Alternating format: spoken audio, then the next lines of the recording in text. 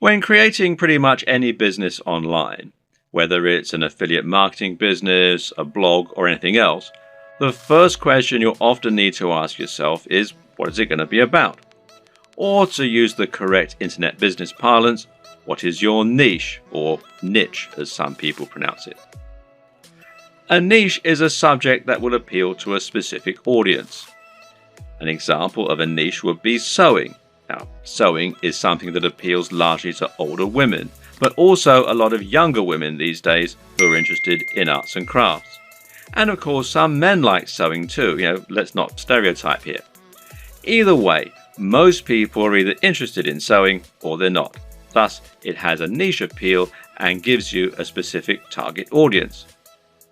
You can go even more niche if you like though, and choose crocheting or bird sewing patterns.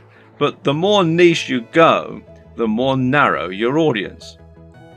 Another example of a niche is fitness. Now, fitness is a much larger niche because it will appeal to a huge proportion of the population. Nearly everyone will want to get fitter at some point in their lives.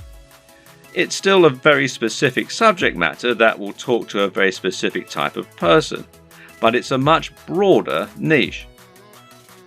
When it comes to internet business, the key often boils down to finding the right niche, and this will often mean finding a niche that has a broad appeal while not being overly competitive.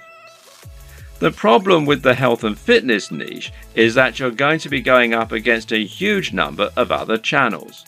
Some big names in this space include the Hodge twins, Athlean X, bodybuilding.com, Rob Riches, and Elliot Hulse, to name but a few. Many of these channels have been around for years now and have millions of subscribers and huge amounts of money to spend on marketing. That means if you want to go up against them with a video on how to get abs, you might well struggle to get your video to a position where it will actually be seen and clicked on. But on the other hand, a YouTube channel about crocheting cat patterns probably won't get looked for very often and will quickly reach its peak, leaving you with nowhere else to go, and of course a big cap on how much you can possibly earn. So you need to choose the right topic and to find that sweet spot. So how do you find your niche? A good option is to start with the bigger niches and then to focus down and find yourself a smaller sub-niche within the niche. So to start with, let's look at what the very biggest niches are and what the most lucrative ones are. In general internet marketing, the biggest niches are fitness, dating, self-help, and making money. This is because all of these subjects are things which have a hugely broad appeal and which will appeal to practically everyone. If you have the marketing budget, then you can reach the biggest potential audience this way. At the same time though, these niches are huge because they have something else going for them: value proposition. Each of them has something very big and important to offer people, an emotional hook that makes people more passionate about a channel. So, for example, fitness isn't really just about getting into shape. It's about being more confident, sexier, healthier, and happier thanks to your training and your diet. People hope that by watching these channels, they can turn their lives around. The same goes for money and dating. These offer complete lifestyle changes. They let people find love or get more sex. They allow them to travel around the world and to wear nice watches. They have a real emotional hook, and this means the products sold in advertising can charge a lot more. People are much more willing to pay for a book that will make them $1 billion than they are to pay for a book that can teach them how to sew.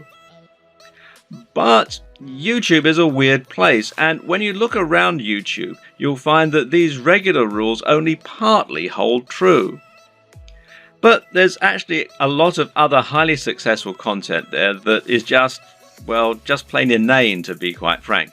Some of the biggest topics on YouTube outside of those big internet marketing favorites are gaming, makeup tutorials, grooming and style, travel, technology, fails, cats, DIY, comedy, and lifestyle vlogs. That's a much more bizarre selection of niches, and if you look around you'll find thriving subcultures celebrating all kinds of other unusual things. There are some very popular YouTube channels, for example, that show people how to transform new Transformer toys. The thing to understand about YouTube is that it's much more visual than a blog or a social media channel. And this means any subject matter that is more visual in nature and more dynamic is almost sure to be a success. Cat videos provide immediate laughs, while makeup tutorials show women how to look their most beautiful and have the proof that it works right there on the screen. And people enjoy watching inane things like vlogs about the everyday lives of YouTube stars because, well, believe it or not, it almost feels like company. People enjoy watching the YouTube channels of people who are like the coolest friend that they'd love to hang out with. YouTube is such a direct, personal format that it's a great way to create almost a relationship with your audience and to thereby make a big impact on them. This works even better if you can sell the kind of lifestyle they find desirable and thereby allow them to live vicariously. A lot of people watch the lifestyle vlogs of rich, attractive people because they want to live those kinds of lifestyles themselves, and of course a lot of it is fabricated. Meanwhile, watching someone else play a video game and providing a commentary can be a way to recreate the feeling of hanging out with your mates while playing GoldenEye on the N64 in your youth. And at the same time, you're getting news and footage of new games that you might be interested in. So, how do you bring all these disparate elements together into something that will really work for you? Well, that's a question only you can answer. But a good way to start is to take a broad niche that has a wide appeal and then focus down. For example, you can go with fitness, but find your own way into the industry by making your channel all about fitness for the over 50s. This is a brilliant way to offer something a bit different and a bit unique and thereby stand out from the crowd while still having that value proposition and universal appeal. Another thing to always remember is to be true to yourself. Choose the niche you're most comfortable with and you'll find you have much more to say on the matter. You'll come across as much more passionate and interested in your own topic, and you'll be better able to inspire your audience to listen to you. I can't tell you which niche you need to pick, but using all this information, hopefully you can come up with something that will have a big appeal while also being true to who you are.